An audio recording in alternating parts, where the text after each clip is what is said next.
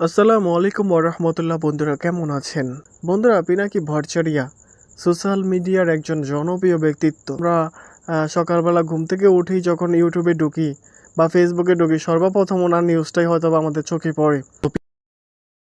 পিনাকি ভট্টাচার্য দাদা এখন কিন্তু জেনেভাতে, যেখানে উপদেষ্টা আসিফ নজরুলকে হেনস্থা করেছিল আওয়ামী লীগের নেতাকর্মীরা, ঠিক সেই জায়গাতে দাঁড়িয়েই কিন্তু তিনি হুঙ্কার দিয়েছেন যে যারা আসিফ নজরুলের মতো উপদেষ্টাদের লাঞ্ছিত করে, অপমানিত করে, তারা যেন ডক্টর মোহাম্মদ ইউনূস বা বিপ্লবী সরকারকে অপমানিত করে। আর এর তীব্র প্রতিবাদ তিনি জানিয়েছেন।